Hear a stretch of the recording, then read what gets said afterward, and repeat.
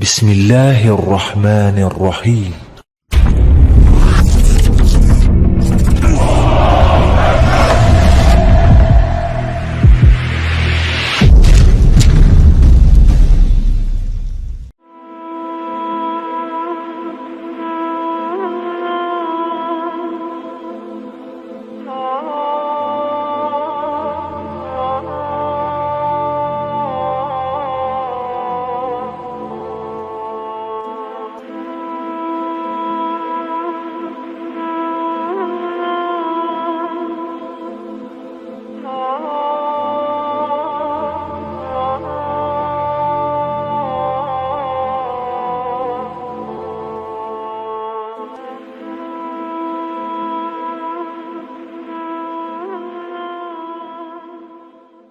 Ini memang sangat melegenda ya, karena di balik kisah ini tersimpan pelajaran yang sangat dalam.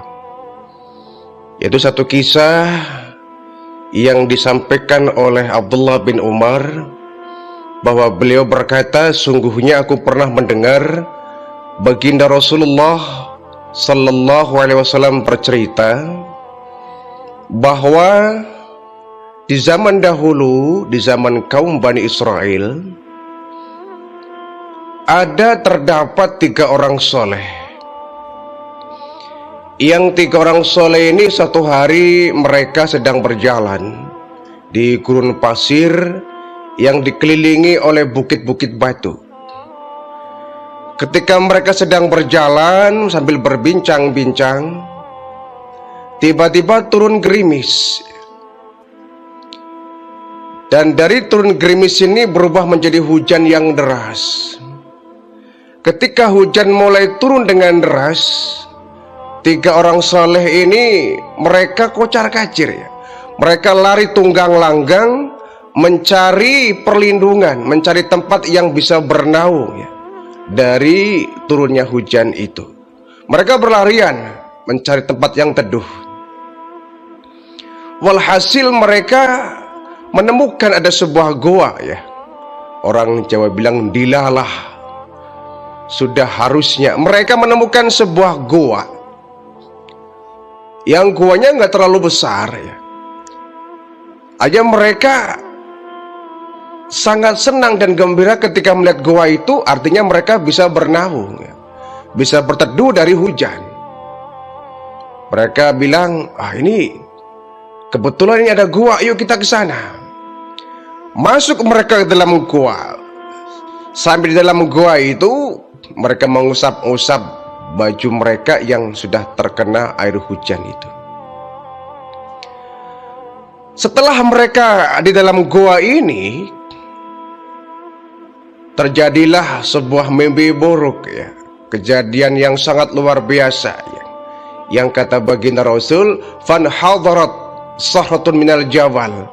Tiba-tiba turun ketika mereka ada di sebuah goa itu, kata baginda Rasul, di atas bukit menggelinding sebuah batu besar. Sebuah batu dengan ukuran yang sangat besar menggelinding jatuh ke bawah.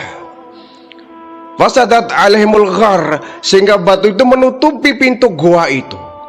Karena ukuran cukup besar, begitu menggelinding jatuh pas menutupi pintu gua di mana 3 orang soleh ini ada, sedang bernaung. Sontak mereka kaget luar biasa, panik luar biasa mereka ini. Astagfirullahaladzim, gua ini tersumbat, ada batu besar yang tiba-tiba menggelinding menutupi gua ini. Kata mereka, waduh, ini bagaimana ini? Coba kita dorong ya, kita dorong sekuat tenaga kita agar batu ini bisa menyingkir dari pintu gua ini. Sampai kemudian mereka pun melihat ada sebuah celah. Nah, ini mungkin bisa nih, ada celah. Cuma kayaknya wah, sempit sekali seperti ini. Jangankan kita, kucing aja nggak bisa masuk, nggak bisa keluar ya. Yuk kita sama-sama kita dorong. Mereka bertiga ya, bahu-membahu, semuanya mengkuatkan tenaga ya, mengkerahkan segenap tenaga, mendorong batu yang sangat besar itu. Bismillahirrahmanirrahim, Allahu Akbar. Tapi qadarullah ya, batu itu terlalu besar. Batunya terlalu besar sehingga mereka bertiga dengan tenaga yang sangat maksimal tidak mampu. Jangankan mendorong, menggerakkan batu pun tidak. Tidak bergeming batu itu. Jangankan bisa didorong keluar, bergerak pun tidak, karena ukuran cukup besar. Aduh, bagaimana ini, kata mereka. Batu ini nggak bisa bergerak. Kalau begini kita bisa mati ini di dalam gua ini bertiga. Ya, cobalah ya. Kita coba lagi. Ayo mereka kemudian bismillahirrahmanirrahim kita dorong. Allahu Akbar. Didorong dari dalam supaya batu itu menggelinding keluar. Otot sampai tegang, keringat sampai bercucuran, tenaga semua dikeluarkan. Tapi lagi-lagi batu itu tidak bergeming, tidak bergerak sesenti pun. Batu itu sangat begitu kuat. Tidak seimbang antara tenaga mereka dengan batu yang begitu besar dan kuat itu. Mereka kemudian celaka kalau seperti ini. Kita bisa mati ini. Sementara orang gak bakal ada yang tahu bahwa di gua ini ada kita bertiga. Bagaimana kita bisa minta tolong ya? Kalau tuh ada orang lewat kita minta tolong, mereka nggak bakal tahu, nggak bakal mendengar suara kita. Ini gua ini jauh dari masyarakat, jauh dari pemukiman. Bagaimana kita bisa minta tolong kepada mereka? Ya maklum waktu itu memang bukan zaman semodern ini ya. Kalau zaman semodern ini sih mudah saja, kita bawa handphone umpama ya, kita bawa HP, bawa handphone, terjebak dalam sebuah tempat seperti ini, kita bisa nelpon orang yang di rumah. Zaman sekarang serba mudah ya. Zaman seperti itu ya, di zaman Bani Israel ya, kita tahu nggak ada benda-benda yang canggih ya. Mereka panik luar biasa. Berbagai macam cara, menggunakan kayu, menggunakan tenaga, dicongkel, didorong, ditendang ya. Batu itu tidak bergeser 1 senti pun, terlalu kuat batu ini. Hanya mereka sambil beristirahat ya, mereka habis tenaganya dengan nafas yang tersengal-sengal itu. Nampaknya, kata mereka, nampaknya kita ini tidak akan ada yang bisa menolong kecuali Allah. Satu-satunya harapan kita adalah kita mengharapkan iba dari Allah, kasihan dari Allah. Allah menolong kita di tempat ini. Caranya bagaimana? Kita sebaiknya masing-masing kita yuk berdoa. Berdoa melalui wasilah kebaikan yang pernah kita lakukan masing-masing. Mudah-mudahan dengan kebaikan yang pernah kita lakukan di masa lalu, Allah akan menurunkan rahmatnya untuk kita, akan menolong kita dari gua ini. Baiklah kalau begitu kita coba, apa salahnya? Dari mulai orang yang pertama, dia khusyuk ya, duduk bersimpuh dengan mengangkat kedua tangan mohon pertolongan Allah. Ya Allah, hendaknya Engkau meridhoi wasilah kami. Kami akan menyampaikan kepada Engkau ya Allah kebaikan yang pernah saya lakukan dulu. Dulu saya memiliki kedua orang tua yang sudah tua renta. Saya kebetulan berprofesi sebagai tukang angon kambing ya, tukang gembala kambing. Setiap aku pulang selalu aku memerah susu kambing itu, aku hidangkan untuk kedua orang tuaku yang sudah renta itu. Aku tuangkan, aku hidangkan sampai aku suapi susu yang aku perah itu setiap hari. Ketika aku pulang kerja, pulang mengembala kambing, aku pasti membawa air susu yang langsung aku minumkan untuk kedua orang tuaku yang sudah renta itu. Namun pada suatu hari, karena mengembala kambingnya cukup jauh ya, sehingga saya datang terlambat ke rumah. Tapi saya tidak lupa memerah susu itu untuk kedua orang tua saya. Sampai di rumah itu sudah larut malam. Aku lihat ketika yang sampai di rumah, orang tuaku, bapak, ibu sudah tertidur pulas. Aku merasa berdosa. Malam itu aku belum menghidangkan susu. Aku datang terlambat sehingga nggak sempat meminumkan susu untuk kedua orang tua saya. Tetapi aku tetap menunggu mereka bangun. Aku tuangkan itu susu di gelas saya sambil aku tidur sambil duduk ya. Tidurku sambil duduk di bawah tempat tidur kedua orang tua saya, sambil tanganku memegang gelas yang ada susunya, menunggu kapanpun mereka bangun. Jadi aku tidur sambil duduk nunggu mereka bangun.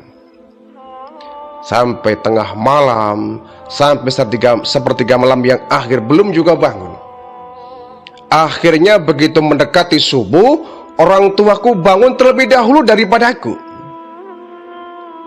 Ketika mereka bangun terlebih dahulu, kaget melihat aku tidur sambil duduk di samping mereka berdua sambil megang susu. Ketika dibangunkan, wahai nak, sudah subuh, bangun. Aku kaget. Begitu bangun, orang tuaku sudah bangun terlebih dahulu. Ibu, bapak, saya minta maaf. Saya datang terlambat tadi malam karena menggembalaku di tempat yang jauh. Tidak apa-apa anak.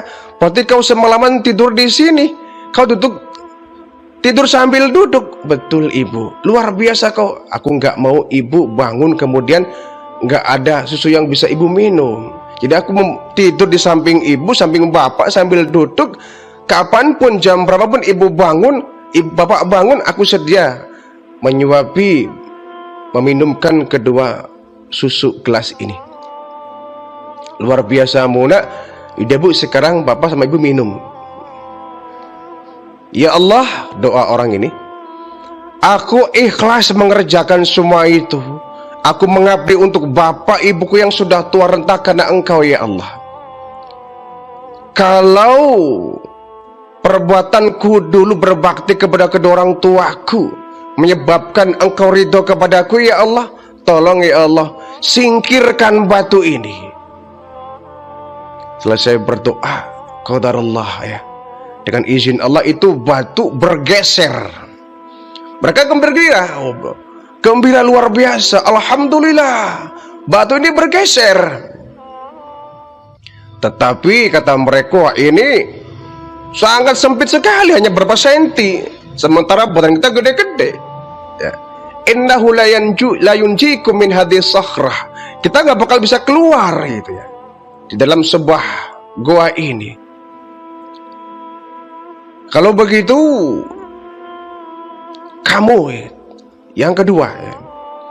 Orang yang kedua kemudian mencoba untuk duduk bersimpuh, berdoa kepada Allah, mengingat-ingat kebaikan yang pernah dilakukan. Wahai Allah, aku dulu, kata orang yang kedua ini sambil bermunajat, aku dulu punya sepupuh ya, anak dari pamanku, seorang perempuan yang sangat cantik luar biasa ketika itu ya. Sangat cantik luar biasa. Aku pun jatuh cinta kepadanya ya Allah. Cuma sayang dia nggak suka kepadaku. Beberapa kali aku mengajak dia untuk menikah, tapi dia nggak mau. Akhirnya pada suatu hari, sepupuku yang perempuan cantik ini sedang butuh uang. Datanglah dia ke rumahku untuk meminjam uang kepadaku, 120 dinar. Nah, aku pun kemudian meminjamkan uang itu yang dia minta, 120 dinar itu, tapi dengan satu syarat. Ini uang aku pinjamkan kepadamu, tapi syaratnya kau malam ini harus bercinta denganku. Kau harus memenuhi keinginan hasratku. Maksudmu apa? Ya, kau menemaniku, tidur bersamaku, kita bersenang-senang. Kata sepupuku, hei, ingatlah, Allah melihat kita. Allah melihat kita. Ya itu sih kalau engkau mau ya. Kalau kau butuh uang, nih uang aku berikan. Cuma kau syaratnya harus melayaniku malam ini. Karena dia merasa butuh uang, terpaksa dia menuruti kemauanku ya Allah. Dia buka bajunya, telanjang bulat di depanku. Begitu dia telanjang bulat di depanku, sontak aku kaget luar biasa. Aku sadar sesadar-sadarnya. Akhirnya aku pun membalikkan tubuh, aku masuk kamar. Kemudian aku perintahkan perempuan tadi, sepupuku tadi, untuk memakai baju kembali dan pulang dengan membawa uang dari saya tanpa adanya syarat. Ya Allah, saat itu apapun bisa terjadi. Gak ada orang yang melihat, rumahku sepi, aku bisa berbuat apapun terhadap perempuan tadi. Tapi aku takut kepada Engkau ya Allah. Kalau perbuatanku ini mengundang ridhamu ya Allah, maka tolong singkirkan batu yang ada di tengah gua ini. Selesai berdoa dan berwasilah, batu ini pun bergeser, bergerak ya, atas izin Allah. Hanya masih terlalu sempit untuk bisa dilewati orang. Coba lihat itu, batunya bergeser ya. Yuk kita coba untuk keluar. Dicoba untuk dipakai keluar, ternyata masih terlalu sempit. La yunjikum min hadhis sakhrah, kata mereka. Tidak ada yang bisa nolong kita kecuali Allah ya. Illa anta Allah bisolihi a'malikum, kecuali kita dengan mengungkapkan amal-amal soleh kita, minta kepada Allah.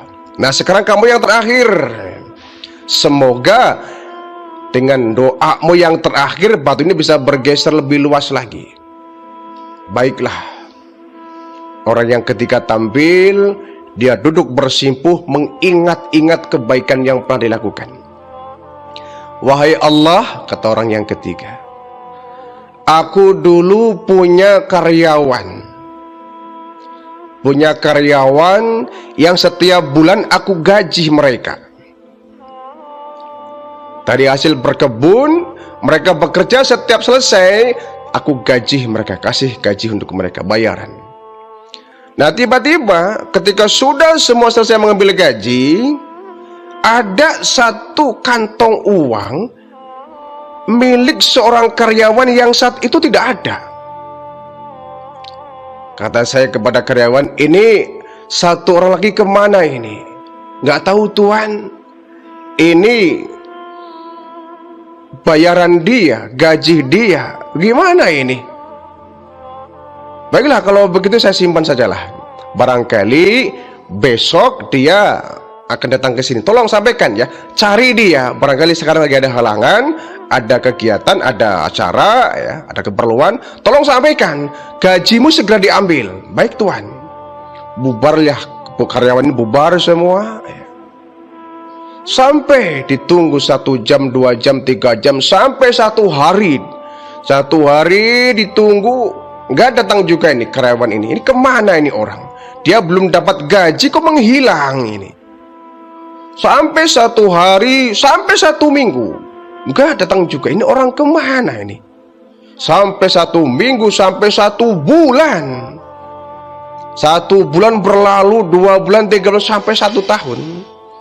Sampai 1 tahun ini orang nggak muncul-muncul. Akhirnya saya ya Allah sebagai tuannya, sebagai majikannya, uang tadi inisiatif saya belikan kambing. Saya belikan kambing 2 ekor ya, jantan dan betina. Kemudian berlalu 1 tahun, 2 tahun, 3 tahun, belum juga muncul nih orang karyawan ini. Kambing yang saya belikan dari gaji dia semakin berkembang, berkembang, dan berkembang. Sampai mencapai 5 tahun, 6 tahun, 10 tahun. Hasil dari uang gaji karyawan ini yang dibelikan kambing semakin berkembang. Puluhan kambing, bahkan mungkin sampai ratusan kambing ya. Ditambah beberapa ekor sapi. Banyak satu lapangan. Nah kira-kira 10 tahun ya berlalu. Datang ini karyawan ini mengambil gaji. Dia masih ingat rupanya itu. Tuan, ingat saya tidak tuan? Oh, kamu karyawanku ya dulu. Baik, benar tuan. Benar sekali tuan. Lalu kau mau apa ke sini? Aku mau mengambil hakku. Aku mau mengambil gajiku yang dulu, beberapa puluh tahun yang lalu. Kau masih ingat? Masih tuanku, aku lagi butuh uang. Bolehkah gajiku dulu saya ambil sekarang? Kata saya, bisa lah, tentu bisa. Baiklah kalau begitu tuan, saya mau ambil sekarang. Baik, sini saya ajak kamu. Diajaklah karyawan ini, digandeng, dibawa ke sebuah lapangan. Kau lihat kambing-kambing ini, sapi-sapi ini? Lihat tuan, kau tahu nggak, kambing yang jumlahnya ratusan ini, sapi yang jumlahnya puluhan ini saya beli dari gajimu yang saya simpan. Ah, yang benar tuan. Iya, gajimu nggak saya pakai, nggak saya habiskan, nggak saya berikan ke orang, tapi saya simpan dan saya belikan kambing sampai hampir mencapai ratusan ekor ini. Lalu gimana tuan? Nah yaudah, gajimu ini, semua sapi dan kambing satu lapangan ini punya kamu.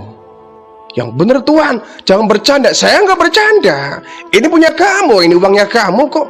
Sujud syukur orang ini. Ya Allah, itu kebaikanku dulu. Seandainya kebaikan itu mendatangkan rahmat dan ridhamu, ya Allah, tolong singkirkan batu ini. Batu ini bukan hanya menyingkir ya, tapi hancur. Bukan sekedar bergeser, tapi hancur batu itu. Hancur menjadi berkeping-keping itu.